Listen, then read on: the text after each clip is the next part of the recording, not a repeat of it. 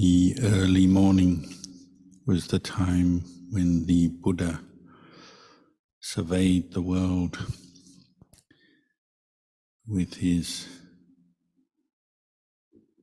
wise, peaceful, compassionate consciousness to see how to help beings free themselves from suffering.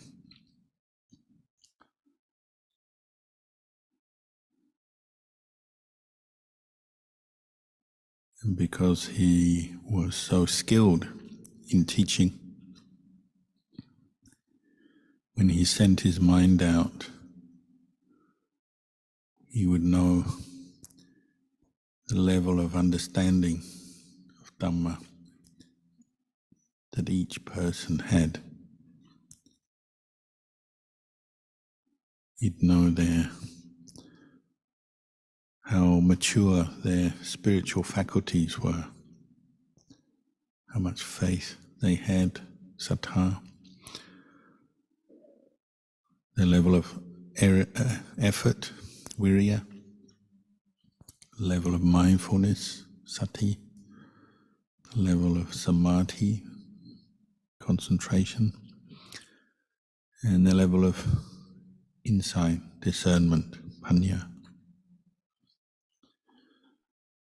This is how the Buddha prepared to teach and advise others, by looking at the maturity of their spiritual faculties, their indriya. And if he understood that somebody was ripe for developing penetrating insight into the Four Noble Truths, then he would determine to seek them out. Could be the cause for him to walk on arms round in a certain direction. Could be somebody from any walk of life, a poor farmer, a weaver's daughter, up to the level of somebody, a wealthy businessman or woman, or a king or a minister.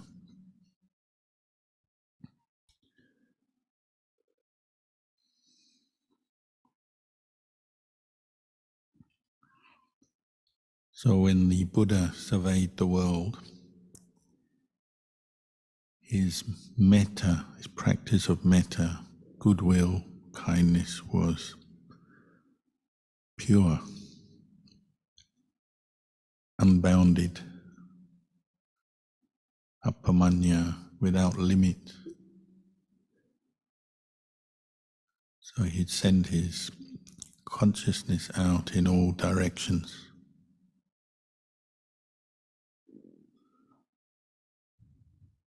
Without choosing this person or that, but by understanding their level of spiritual maturity, he could see what kind of teaching was appropriate for each person, what would be effective to help them progress in the Dhamma, to gain more mindfulness and more insight.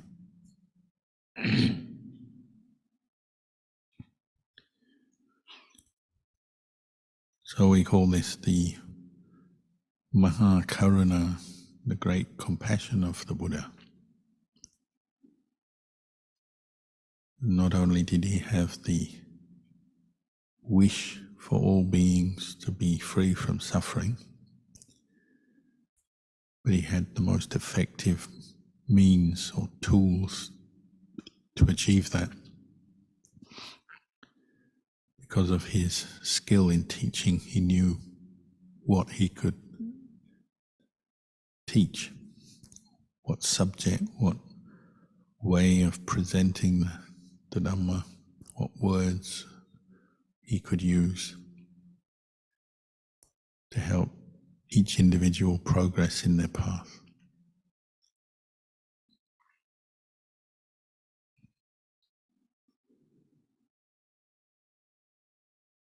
So when we meditate first thing in the morning, it's a good practice to develop one of metta, bhavana, cultivating the object or the theme of goodwill, metta. And this will develop also karuna, compassion, mudita, sympathetic joy, and upekkha, equanimity as well. These four Brahma-viharas all emerge out of the same intention of goodwill, non-ill will, non-hatred, and a sincere, genuine well-wishing for other beings.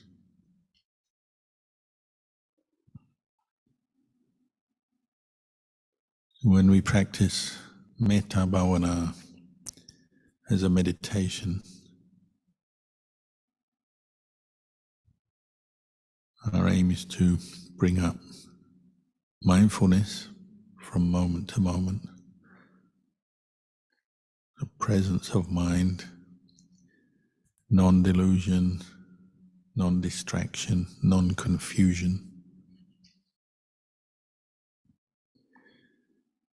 And we direct our mind to know the object of metta, which you might break down into two parts. There's the intention, the sankhara, just like the reflection we just recited. There's the part where one wishes oneself to be well, free from suffering, and then the thought that may other beings be well, free from suffering. One begins with oneself, and then out towards others, holding this intention in mind. So mindfully, we might recite a word or a sentence or a phrase that reflects our skillful intention.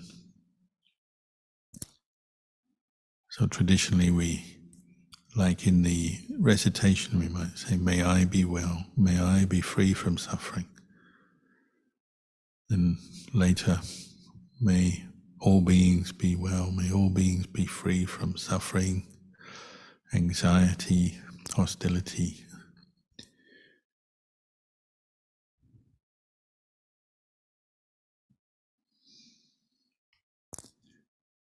It's up to you what wording you use. If you're reciting a word or phrase over and over again, then you can pick a word or a phrase that means something to you.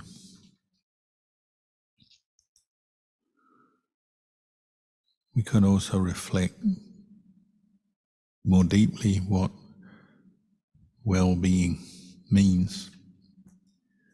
We're not simply wishing somebody to feel good. Well, true well-being means cultivation of the Noble Eightfold Path. The highest well-being is Nibbana. So we're wishing that ourselves and others progress in the cultivation of the Noble Eightfold Path and ultimately be free from suffering at its very root cause. So we're wishing that oneself and others develop insight into the Four Noble Truths.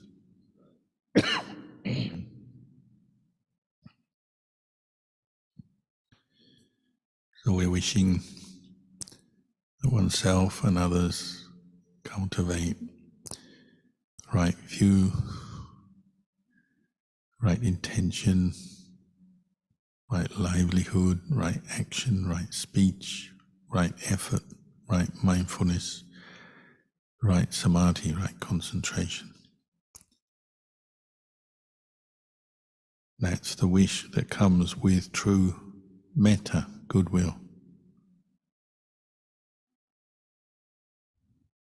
So it's more than just a pleasant feeling, although that is part of the wish, particularly when we know somebody is suffering and we send our metta to them. We have the thought, may they be free from their particular suffering, so that might mean free from their illness, free from danger, free from some obstacle.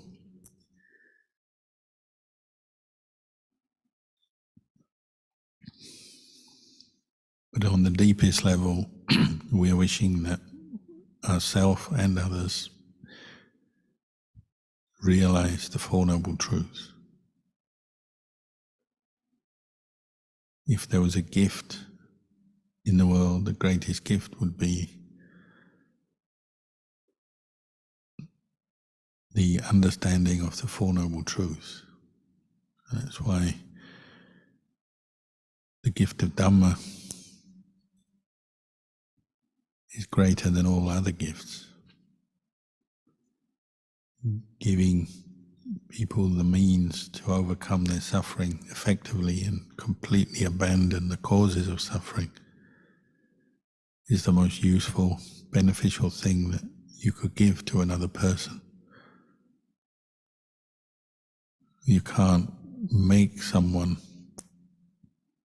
see or understand the Four Noble Truths, but you can prompt them to by giving them advice, teachings, so then they can bring those teachings within their own heart, contemplate them, reflect on them until they know and see them for themselves.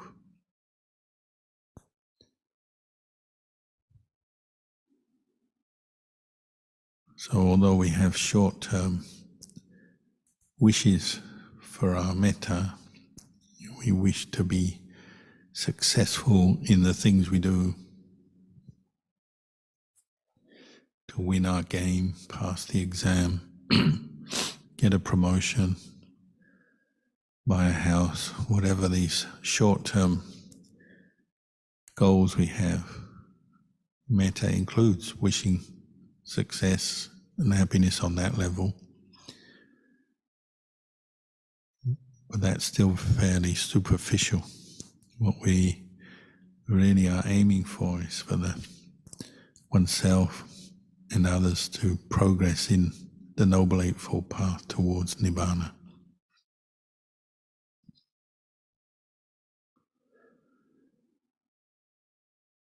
So this is the intention of metta. And practicing metta meditation means holding that intention in mind with mindfulness, with effort, with clear comprehension.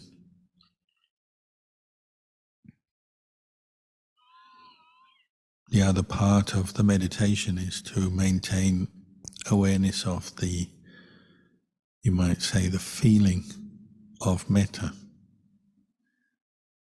Metta is a positive emotion accompanied by pleasant feeling. The opposite of ill will or anger, which is accompanied by an unpleasant feeling. So one way to develop the positive, pleasant feeling of metta is to focus on the region of your chest, where your physical heart is, that point where mind and body meet. You might say the center of your emotions. So as you're reciting the word or phrase, such as may I be well, may all beings be well, simultaneously you're focusing on this good feeling, developing a good feeling around your heart.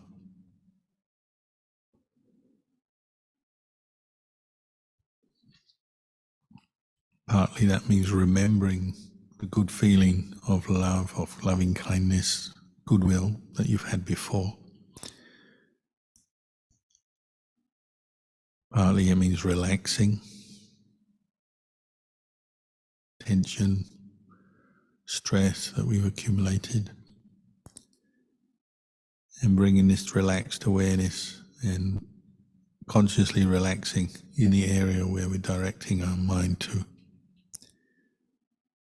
And then developing this positive, good energy, good feeling until it's very tangible, till you know it, you feel it clearly. So as you recite the words, may I be well, or may all beings be well, or whatever phrasing you use, you're developing this feeling at the same time, calming the mind, steadying the mind, overcoming the 5 hindrances, sensual desire, ill will, lethargy, drowsiness, restlessness, anxiety, and skeptical doubt, until your mind is fixed on its object of goodwill, metta. The feeling is there, the thought is there, maintained from moment to moment to moment.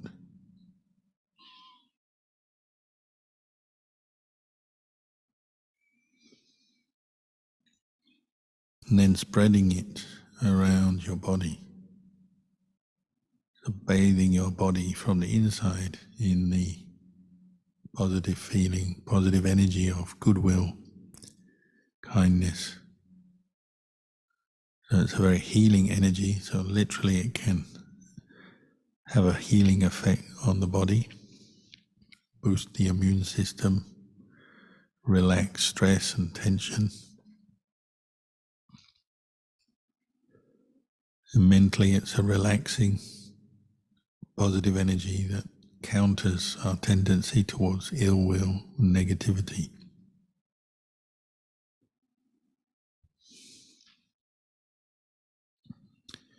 Once this is established, then we can turn our attention outwards towards other people, and maybe beginning one person at a time, beginning with the people that are close to you, that you live with or spend most time with. So parents, partner, children, work colleagues, neighbors, and so on, friends, close friends, one by one, thinking of them, visualizing them, saying their name, and wishing the same good feeling for them, and wishing them to progress in understanding the way out of suffering. Again, using whatever thought, language, words that you find works for you to focus on, but now sending your warm, loving feeling that you've developed for yourself out to others. So may they also be feeling relaxed, free from stress. May they also develop mindfulness, insight into the Four Noble Truths.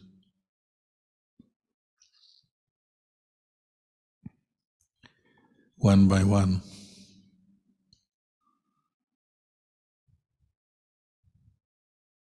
And then moving on to all beings, so in all realms, say, so all humans, all animals, all devas, or ghosts, in all realms, may all beings be free from suffering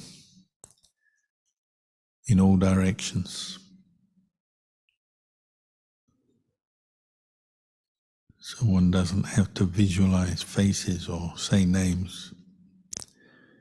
At this level, one is just wishing all beings to progress towards the end of suffering. So even somebody you don't like, somebody who's hurt you or caused you to suffer,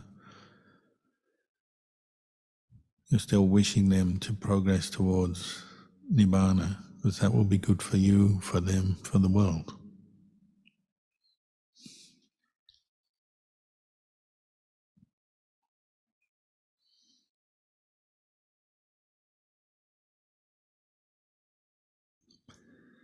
So if we practice metta bhavana every morning, of course you can practice at any time, but for example, if you practice in the morning, then you're setting this good intention up for the rest of the day. It's something you can keep returning to because, of course, the skillful intention of metta will fade with the challenges of life, distractions, pressures. The events of your day may make you forget it. When we're under pressure, we lose our metta and then return to ill will, frustration, anger. But if you've established that intention in the morning of your day, it's much easier to return to it later when you notice that you are becoming irritated or angry. Then you can return to it and develop it again to calm yourself down and let go of whatever ill will or even hatred may arise. So it's a theme you keep returning to. And of course, you may express it in many ways, through action, through speech, as well as through thought. So if you can meditate on the theme of metta, when you're in a situation where you can't speak, you can always develop metta towards yourself or someone else. They're sitting as a passenger in a car or on a train, a bus or a plane, or waiting in a place for a meeting or an interview or to visit someone who's sick, or at a time when you don't need to speak, you can quietly develop thoughts of loving kindness, because if you've been doing it before, you know what you need to do, how to do it. So even when you can't speak or words fail you, whatever the situation, you can always develop loving kindness in your mind. It's one of those practices that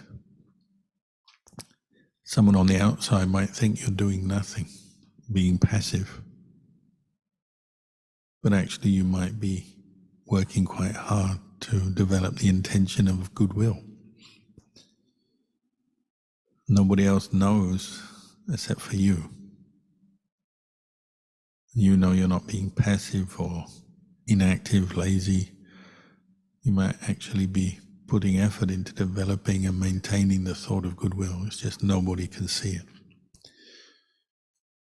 But in other situations, you may actually put it into action as you engage with the world.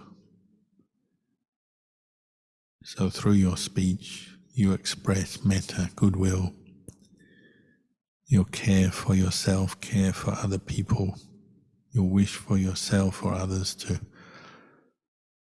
progress in life, to be free from suffering, to develop good sila, mindfulness, wisdom and understanding. And that can come out through your speech as you interact with other people, giving them words of encouragement, advice, sharing information. The Buddha said right speech is always has the intention of metta. It's not far from metta. Even if you have to say something that's true but hard to hear, hard to listen to for the one listening. Say like if you have to give somebody feedback or point out their faults, their mistake as part of your job, or talking to kids or something, you always have to ground your mind in metta.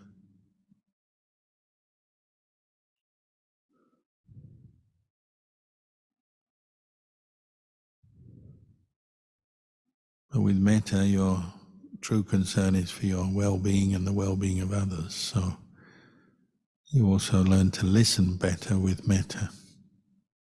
Metta isn't simply about telling other people what to do. It's also about listening so you know and understand them more with compassion. And metta and compassion are very close. So as you practice metta, you become more sensitive to yourself, to others, to different situations. You see what's needed, what's required.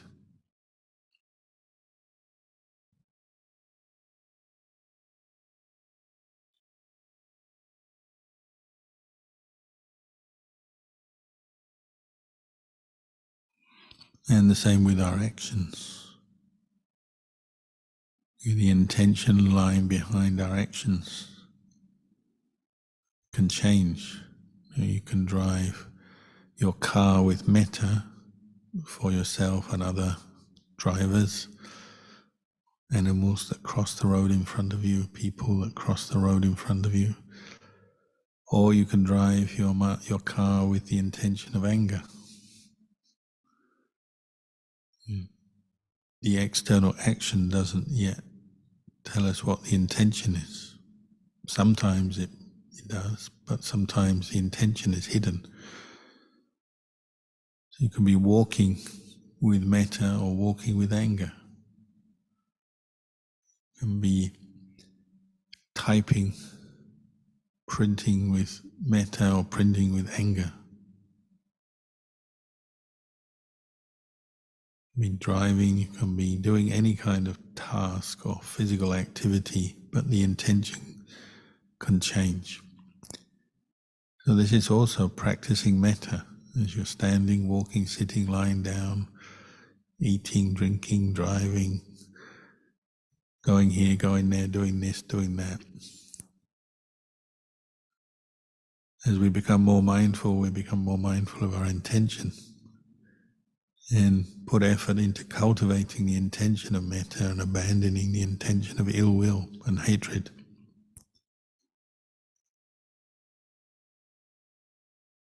Even when we've succumbed to anger in a situation and it's arisen, then we still put effort into abandoning it as quickly as possible, as effectively as possible. So metta is, as a practice, it's guided by wisdom, panya. Maybe in one situation, if you're getting angry with someone else or they're getting angry with you,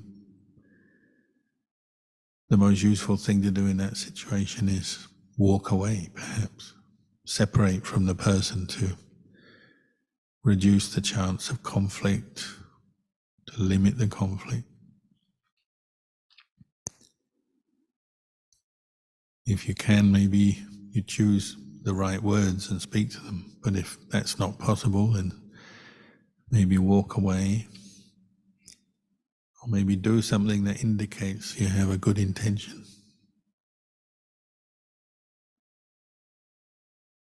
The Buddha said the hardest thing to do with somebody who you're angry with is give them help, give them a gift, give them advice, give them support. So sometimes that's the appropriate response. When we're angry with someone, we actually do the opposite of what our mind is wanting to do. So you want to hurt them, but you help them. You want to insult them, but you speak something that is soothing and useful. You want to do something against that person, we actually do something that's helpful. This is the way we teach the mind to abandon the intention of ill will and anger and hatred and turn it into goodwill, compassion, sympathetic joy and equanimity.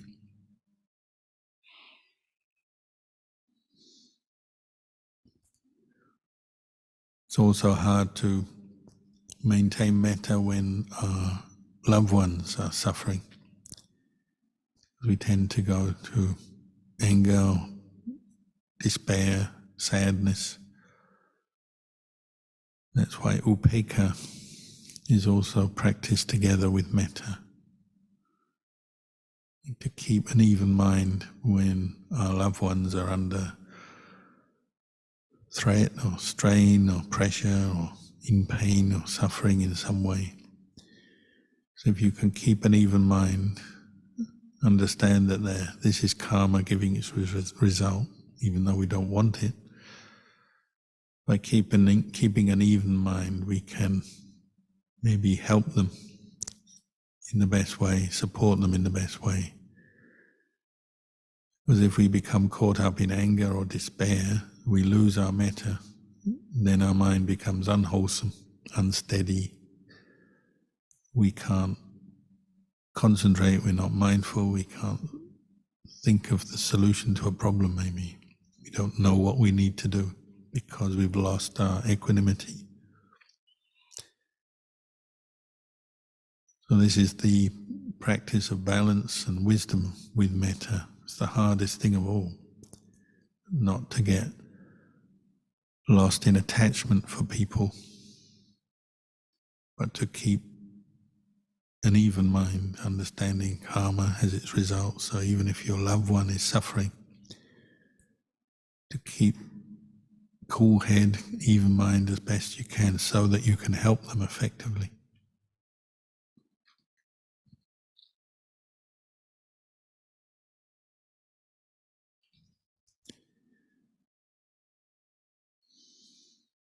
So out of the meditation on metta and then putting it into practice in daily life, you can see all these four qualities of compassion, sympathetic joy, equanimity, they all emerge out of it and develop together.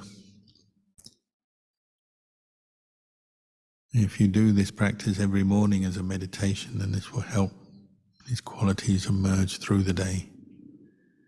This will support your practice in many other areas as well. So for the rest of this period, we can practice meditation quietly together till you hear the sound of the bell.